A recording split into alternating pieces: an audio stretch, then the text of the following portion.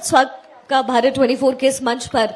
और जैसे ही सर आप यहाँ पर आए, मुझे सबसे पहले मेरे जहन में एक ही बात आई कि आज पूरे देश को आपकी जरूरत है, इस डिपार्टमेंट की जरूरत है, क्योंकि ग्लोबल वार्मिंग से जैसे आज देश और दुनिया जूझ रहा है। कल भी प्रधानमंत्री मोदी ने बहुत सारी विकास परियोजनाओं की सौगात दी है और एनटीपीसी उसमें शामिल है। तो जाहिर तौर पर जो विकास है वो दर आगे बढ़ रहा है, लेकिन सर सबसे बड़ी समस्या प्रदूषण को लेकर है। और खासतौर पे चूंकि हम दिल्ली एनसीआर में रहते हैं तो ये एक मेजर प्रॉब्लम है। हमारी डिपार्टमेंट किस तरीके से काम कर रही है?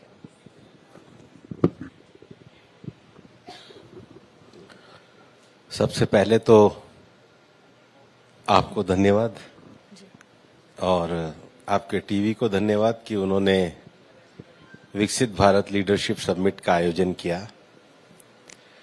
और आपका जो प्रश्न है ये विकसित भारत से जुड़ा हुआ प्रश्न है, क्योंकि प्रधानमंत्री नरेंद्र मोदी जी की कल्पना में विकसित भारत में इकोलॉजी और इकोनॉमी दोनों स्ट्रांग होनी चाहिए। पर्यावरण की रक्षा होनी चाहिए, पर्यावरण के प्रदूषण पे नियंत्रण होना चाहिए जी। जो सबसे बड़ा कारण है कि हम एक ऐसे दौर में रह रहे हैं जो एनर्जी बेस्ड सोसाइटी हमारी है।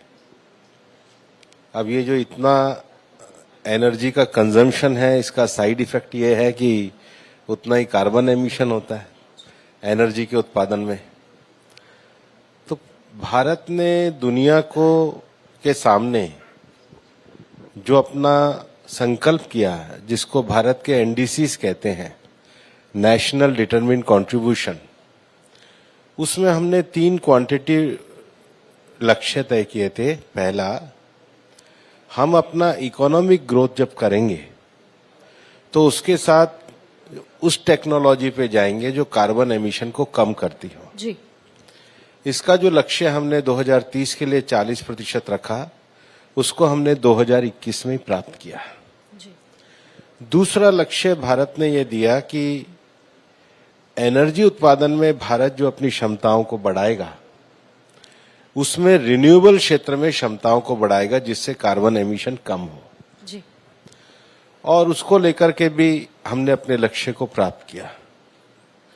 लेकिन जो सबसे बड़ी समस्या है कि हमारे मेजर सिटीज जो हैं वो पॉल्यूशन के शिकार हैं और उस पॉल्यूशन का कारण एनर्जी उत्पादन के साथ साथ व्हीकल पॉल्यूशन है, इंडस्ट्रियल पॉल्यूशन है, कंस्ट्रक्शन है, पेड़ों का कम होना है, डस्ट है। और उसके लिए हमने एनकैप के अंतर्गत, नेशनल क्लीन एयर प्रोग्राम के अंतर्गत 131 सिटीज को चुना और उनमें क्या नवाचार हो सकते हैं, क्या नए प्रयोग हो सकते हैं, और अब हम उनकी लगातार एक रैंकिंग भी बनाते हैं जी। और जो भारत सरकार के अलग अलग मंत्रालयों की योजना चलती है, चाहे हमारा ट्रांसपोर्ट डिपार्टमेंट हो, कंस्ट्रक्शन के लिए रोडवेज हो, अर्बन प्लानिंग हो, इन सबको कोऑर्डिनेट करके 16 मंत्रालयों को कोऑर्डिनेट करके उनकी स्कीम का जो स्टॉप गैप अरेंजमेंट है उसके द्वारा हम शहरों के पॉल्यूशन सुधारने में लगे हुए हैं। लेकिन शहरों को हरा भरा बनाने के लिए प्रधानमंत्री जी ने एक बड़ा अभियान भी दिया है, एक पेड़ माँ के नाम। और अपने अपने शहर में अगर सब एक एक पेड़ अपनी माँ के नाम पे लगाएंगे तो ये मैं इसलिए कह रहा हूं कि यही समय है पेड़ लगाने का। 5 जून को स्वयं प्रधानमंत्री जी ने दूसरी बार इस वृक्षारोपण का कार्यक्रम दिल्ली रिज पे किया ही है जी। हमारे सामने स्वामी जी बैठे हैं, वो तो पेड़ लगाने के प्रति पूरे जुनून की तरह काम करते हैं। तो सब मिलकर के पेड़ लगाइए, धरती माँ को हरा भरा बनाइए और प्रदूषण को कम भी कीजिए। बिल्कुल, सबके सहयोग की जरूरत है किसी भी राष्ट्र निर्माण में। सर, दिल्ली एनसीआर के प्रदूषण की जो बात होती है और जो हालिया जो अभी रिपोर्ट आई है, ये काफी ज्यादा अलार्मिंग है। सिर्फ ग्रैप लागू करना, क्या इसका कोई ऑप्शन या विकल्प नजर नहीं आता आगे? क्योंकि सर इससे लोग भी बहुत प्रभावित होते हैं। गाड़ियों पे हम ऑड इवन लगा देते हैं या जो भी सिचुएशन क्रिएट होती है सरकार फैसला लेती है। क्या किसी और विकल्प के बारे में इस समय हम सोच रहे हैं? ग्रैप सिर्फ नहीं होता है। ग्रैप का क्या अर्थ है? बताइए। अलग अलग फेजेस में लगते हैं सर। नहीं है प्रदूषण क्या को है, कम ग्राफ क्या है? बेसिकली जो प्रदूषण का लेवल है वो बढ़ता है तो अलग फेजेस में लगाते हैं। नहीं तो क्या है ये? अलग अलग फेजेस पे प्रदूषण बढ़ने के कारण होते हैं। जी तो जो सबसे, आप ऐसा तो नहीं है कि दिल्ली में सारी आबादी की सब गतिविधियां एक साथ बंद करेंगे। तो पॉल्यूशन में जिन गतिविधियों का कंट्रीब्यूशन ज्यादा है उनको पहले बंद किया जाता है। स्टेज 1, स्टेज 2, स्टेज 3 किया जाता है। ये एक तरीके से ग्रेटर रिस्पांस है एक्शन प्रोग्राम का। तो ग्रैप लगाना ये पूरा एक साइंटिफिक तरीके से सिस्टम को तय किया है कि दिल्ली में किन गतिविधियों को प्राथमिक स्तर पे तुरंत बंद किया जाएगा, फिर सेकंड स्तर पे, थर्ड स्तर पे। क्योंकि पॉल्यूशन का जो एक बहुत बड़ा कारण है वो कार्बन का उत्सर्जन है और वो मानवीय प्रकार के विभिन्न गतिविधियों के कारण होता है। फिर इसको नापोगे कैसे? तो PM 2.5, PM 10 एक पैरामीटर्स होते हैं कि हवा में कौन कौन से कण हैं जो प्रदूषण को फैलाते हैं। तो हवा की गुणवत्ता और क्वालिटी कैसी है। तो सुप्रीम कोर्ट के भी परामर्श से, विभिन्न नागरिक संगठनों के परामर्श से, विभिन्न साइंटिफिक जो इंस्टीट्यूशन है उनकी रिपोर्ट से हमने एक व्यापक पॉलिसी बनाई है और ये पॉलिसी काफी सक्सेसफुल सिद्ध हुई है। इसलिए मेरा आपसे आग्रह रहेगा, इसको सिर्फ ग्रैप ना बोलिए। सिर्फ ग्रैप में अगर आपका कोई सुझाव हो तो आप भी दीजिए, उसको भी शामिल कर लेंगे। जी सर, कार्बन इमिशन जिसका जिक्र आपने किया भी, लेकिन देश अब उम्मीद करता है कि नेट जीरो कार्बन इमिशन की तरफ हम आगे बढ़े और गाड़ियों में भी जो डेवलपमेंट हो रहे हैं, जिस तरीके के सर ईवीज आ रहे हैं अब, और प्रधानमंत्री मोदी इसको सपोर्ट भी कर रहे हैं, परिवहन मंत्रालय की तरफ से भी सपोर्ट किया जा रहा है, लेकिन इसको आप एग्रीगेट करके कैसे चल रहे हैं? अगर मैं सर बिजनेस के पर्सपेक्टिव से भी बात करूं। देखो, देश उम्मीद नहीं कर रहा है, देश ने संकल्प किया है। प्रधानमंत्री नरेंद्र मोदी जी का ये विजन है। जो अंतर्राष्ट्रीय पर्यावरण वार्ताएं होती हैं, उन अंतर्राष्ट्रीय पर्यावरण वार्ताओं में सबसे पहले हर देश को अपने एनडीसीज देने होते हैं, नेशनल डिटरमिन्ड कंट्रीब्यूशन। भारत दुनिया के उन चुनिंदा देशों में है जिन्होंने अपने एनडीसीज के प्रमुख लक्ष्यों को समय से 9 साल पहले पूरा किया है और रिवाइज एनडीसी पेश किए हैं। ये हमारी पहली उपलब्धि है। दूसरा, दुनिया की पर्यावरण वार्ताओं में जाते हैं तो दुनिया के सभी देशों को अपने ग्रीन हाउस गैस के जो टारगेट्स हैं, जो उन्होंने ग्रीन हाउस गैस उनका एमिशन हुआ है, वो भी हमने 2019 का प्रस्तुत किया है। और तीसरा, प्रधानमंत्री नरेंद्र मोदी जी के नेतृत्व में भारत ने 2070 के नेट जीरो के अपने लक्ष्य को दुनिया के सामने रखा है। ये विभिन्न संगठनों से परामर्श करने के बाद एक व्यापक रणनीति के तहत नेट जीरो 2070 भारत ने लक्ष्य किया है।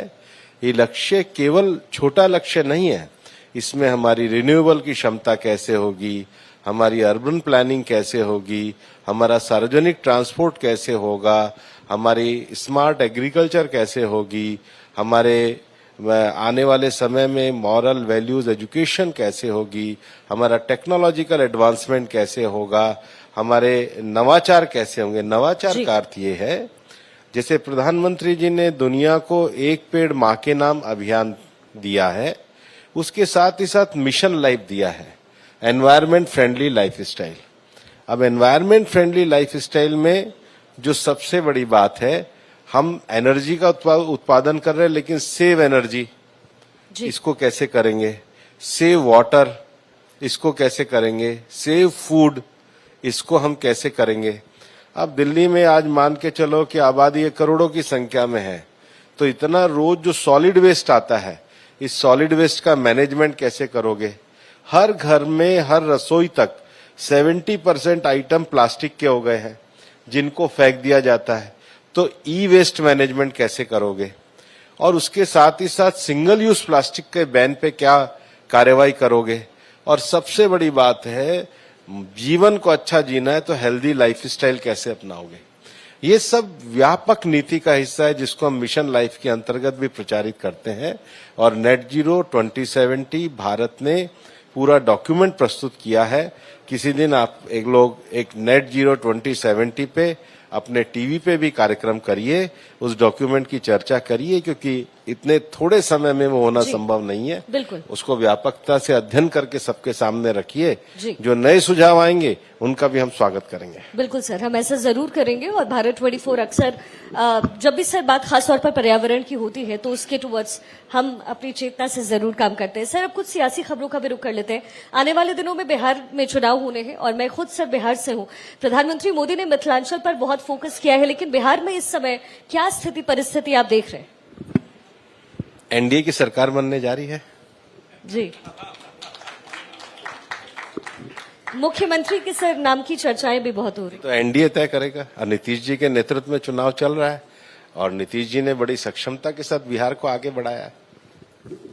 बिल्कुल सर। और नीतीश कुमार लेकिन खुद कह रहे हैं, उनका परिवार कह रहा है, जो विपक्षी पार्टी है वो भी कह रही है कि नीतीश कुमार ही चीफ मिनिस्टर बनेंगे। अभी एनडीए के नेता हमारे वहां नीतीश जी हैं और एनडीए के नेतृत्व में हम सरकार चुनाव लड़ेंगे और सरकार बनाएंगे। जी सर, जिस जंगल राज को लेकर के सवाल उठाए जाते थे, बीजेपी ने भी जोरदार तरीके से जंगल राज को लेकर के सवाल उठाए, लेकिन हालिया जो घटना है जो बिहार में हो रही है वो वाकई चिंताजनक है। अब विपक्ष आप पर भी आरोप लगा रहा है, एनडीए सरकार पर आरोप लगा रहा है कि आप में और हम में क्या फर्क है और किस आधार पर आप वोट की बात कर रहे हैं। आप क्या समझते विपक्ष हमारी तारीफ में कसीदे पड़ेगा? लेकिन विषय ये नहीं है। विषय ये है कि आरोप लगाने वाले लोग कौन हैं, आरोप लगाने वालों का इतिहास क्या है, आरोप लगाने वालों की क्रेडिबिलिटी क्या है, आरोप लगाने वालों की सोच क्या है। उनकी सोच छोटी है, उनकी विरासत खराब है, उनकी नीयत ठीक नहीं है, उन पे बिहार की जनता का विश्वास नहीं, इसलिए उनके आरोप भी झूठे हैं। एनडीए से संगठित होकर के चलती है, लेकिन आपके जो अपने सहयोगी दल हैं उनमें भी रसाकशी का माहौल इस समय टिकट्स को लेकर के और नंबर ऑफ सीट्स को लेकर के सर नजर आ रहा है। क्या ये सच है? ये झूठ है। लेकिन सर आपके सहयोगी तो सामने आकर के कह रहे हैं, आप तो झूठ कह रहे हैं सर, लेकिन चिराग पासवान है, जीतन राम मांझी है, वो तो सामने आकर के कह रहे हैं, भले आप इसको झुठला। सब हमारी सरकार का हिस्सा है, सब मिलकर के बिहार का विकास कर रहे हैं। किसी ने भी बिहार के विकास से असहमति बताई हो तो स्टेटमेंट में आपका जवाब दूंगा। तो सर ये भी कहा जा रहा है कि चिराग पासवान जो सीटों के बारे में बात कर रहे हैं, अपनी सरकार पे जो सवाल उठा रहे हैं, ये एक रणनीति हो सकती है शायद उनकी या फिर बीजेपी की भी। क्या आप सहमत है? आप मुझसे बात कर रही हैं, कोई बुराई है? बताओ, कोई बुराई है? बात करने में क्या बुराई है? बात तो करते ही हैं सब लोग, सब एक साथ चल रहे हैं, एक स्वर से चल रहे हैं। प्रधानमंत्री नरेंद्र मोदी जी के नेतृत्व में चल रहे हैं। ऐसे ही चला जाता है राजनीति में। सर आप तो बिहार को समझते हैं, पिछले 2 बार के चुनाव में आप प्रभारी बनाए गए। इस बार बिहार में सर कैसे क्या आप महसूस कर रहे हैं, क्या अलग है इस बार? नीतीश कुमार, उनके स्वास्थ्य की भी सर चर्चा होती है। इस बार रणनीति में क्या बदलाव? एक तो वोटर लिस्ट वाला तो सर आया ही है जो इलेक्शन कमीशन की तरफ से, इसमें भी विपक्षी पार्टी आप पर आरोप लगा रही है, कह रही है आपकी रणनीति है। ऐसा है कि विपक्ष की पार्टियों में कांग्रेस पार्टी ने इलेक्शन कमीशन को ज्ञापन दिया और उन्होंने हम पे आरोप लगाया कि भाई मतदाता सूचियों की समीक्षा होनी चाहिए। अब कांग्रेस की मांग पे इलेक्शन कमीशन ये जो मतदाता सूचियों की समीक्षा करा रहा है, तो अब इनको आपत्ति क्या हो रही है? इन्होंने तो रिटर्न में दिया है कि इसकी समीक्षा करो। पहले तो आपको उनको पूछना चाहिए कांग्रेस वालों को कि भाई आप ही तो ये देकर के आए थे कि मतदाता सूचियों की समीक्षा होनी चाहिए, क्यों नहीं होनी चाहिए? और मतदाता सूचियों की व्यापक समीक्षा कोई पहली बार नहीं हुई है, 8 बार तो कांग्रेस के राज में हुई है। और मतदाता सूचियों की समीक्षा करना ये चुनाव आयोग का काम है और सबको सहयोग देना चाहिए। अब कल का आंकड़ा देखिए, बिहार में कल का आंकड़ा है कि 93-94% लोगों ने फॉर्म जमा करा दिए। और जो 83 ज्यादा हो गया है अब सर, 88 तक ही है कल तक। अब आप 5% तो आपने 1 मिनट में बढ़ा दिए। मैं कैसे विश्वास करूं अब आपकी बात का? सर 88% है। नहीं, अभी कल भी रात- आप थोड़ा उठने के बाद फिर बताइएगा। चलिए ठीक है सर। चलो, नहीं आपने सर 83 मैं वो भी बताऊंगी जो लोग आरोप लगा रहे हैं। बताइए, पहले उन्हीं को सुन द लेते हैं। Rest of the people sir वो ये भी कह रहे हैं कि आपने इतनी हड़बड़ी में आखिर क्या जरूरत थी, थोड़ा और समय ही ले लेते, क्या दिक्कत है? तो फिर क्योंकि चुनाव- बहुत सारे लोग हैं जिनके सर्टिफिकेट्स नहीं है सर। अच्छा, कौन करा रहा है ये, क्या कहते हैं? इलेक्शन कमीशन करा रहा है सर, इलेक्शन। बिल्कुल करा रहा है। इलेक्शन कमीशन जी। करा रहा है। ज्ञापन किसने दिया कि मतदाता सूचियों की समीक्षा होनी चाहिए? कांग्रेस। तो ये कांग्रेस और इलेक्शन कमीशन के बीच की बात है, आप हमें पे क्यों सर, आरोप लेकिन लगा रही ये हो? बिहार का जिक्र नहीं, ये तो आप बताइए, ये तो आप खुद कह रही हैं कि कांग्रेस ने ज्ञापन दिया और चुनाव आयोग करा रहा है, तो हम कहां बीच में आ गए? हम तो नागरिक के नाते सहयोग कर रहे हैं। ये कैसी राजनीति कर रहे हो भाई? चिट भी मेरी पट भी मेरी, ऐसे कैसे राजनीति चलती है भाई? आप खुद कह रही हैं कि कांग्रेस ने ज्ञापन दिया और आप खुद कह रहे हैं इलेक्शन कमीशन करा रहा है, और आप खुद कह रही हैं कि 88% लोगों ने दे दिया, और उसके बाद इलेक्शन कमीशन ने 2 दिन पहले एक विज्ञापन निकाला है कि अगर कोई ईमेल से, व्हाट्सएप से वो भी देना चाहे, बाहर का व्यक्ति तो दे सकता है। तो क्या किसी भी इलेक्शन में 3-4% लोग जो है वो डेथ नहीं होती, जगह नहीं बदलते, ट्रांसफर नहीं होते? और फिर ये जो पूरी प्रक्रिया है ये 3 लेवल पे है। जी जी अब आप बताइए, आपको पता है तो? सर 3 लेवल पे ये है कि पहले मतदाता सूची पब्लिश होगी, फिर उनके ब्लॉक के स्तर पे होगा, फिर जिला स्तर पे होगा, फिर चुनाव आयोग के स्तर पे होगा। तो 3 बार अब जब मैं आपकी बात को स्वीकार करूं कि 88% लोगों ने तो कर दिया है और 5-6% लोग और कर देंगे, उसके अलावा भी ईमेल व्हाट्सएप से है, तो देश में 97-98% तक ये चीज जा रही है। जी। उसके बाद भी 3 स्तर पर समीक्षा है, जिसका नाम कटेगा उसको पहले नोटिस दिया जाएगा। जी। तो इससे ज्यादा ट्रांसपेरेंट सिस्टम क्या है? बिल्कुल। और मांग उनकी, काम इलेक्शन कमीशन का, और फिर आरोप भी उन्हीं के। ऐसी झूठ की सत्ता राजनीति। की जंग में आरोप तो लगते ही हैं। तो झूठे आरोप नहीं लगते सर, और एक झूठे और झूठे लगते नहीं और झूठे चलते नहीं है। इसलिए जो आपने मेरे से शुरू में प्रश्न पूछा ना, जी मैंने जो कहा कि भाई जो विपक्ष अपनी विश्वसनीयता खो चुका है, उनके आरोपों का क्या जवाब देना। जी अब आप ही खुद कह रही हो कि सर ये तो झूठे मूठे लगा रहे हैं, तो नहीं मैं सर, धन्यवाद ऐसा देता मैंने हूं। नहीं कहा सर, मैंने सिर्फ उनकी बात आपके सामने रखी। सर एक आखिरी सवाल आपसे मेरा, और वो भी इसलिए क्योंकि मुझे शायद लगता है कि आप जवाब ना भी दे, लेकिन मेरे नहीं, पास मैं- ये कहने को होगा मैं सर पहले कि मैंने स्पष्ट ये कर सवाल दूं। पूछा और आपने जवाब दिया। राष्ट्र अध्यक्ष के नाम को लेकर चर्चा हो रही है, सर ने भी इसका जिक्र किया। क्या मैं फ्यूचर राष्ट्र अध्यक्ष से बात कर रही हूँ इस समय इस मंच पर? ना, अभी नहीं कर रहे। फ्यूचर से, इसलिए मैंने फ्यूचर बोला, भविष्य। ये सवाल है ही नहीं, जी और इसका जवाब भी दिया है, ऐसा भी नहीं जवाब नहीं बिल्कुल दिया। सर, नहीं कर रही है। बिल्कुल सर, आपने बिल्कुल जवाब दिया। थैंक यू सो मच इस मंच का हिस्सा बनने के लिए। Thank you. बहुत बहुत धन्यवाद माननीय मंत्री जी। आपसे अनुरोध करूंगी 2 मिनट आप प्लीज स्टेज पर ही रुके। साथ ही साथ मैं इनवाइट करना चाहूंगी हमारे sister concern first India news के CEO and managing editor Pawan Arora ji को, भारत 24 के CBO and strategic advisor Manoj जिज्ञासी जी से मैं रिक्वेस्ट करूंगी वो प्लीज स्टेज पर आए और माननीय मंत्री जी को स्मृति चिन्ह भेंट करें। हमारे CEO and editor in chief doctor Jagdish Chandra से भी मैं रिक्वेस्ट करूंगी प्लीज सर आप भी स्टेज पर आए।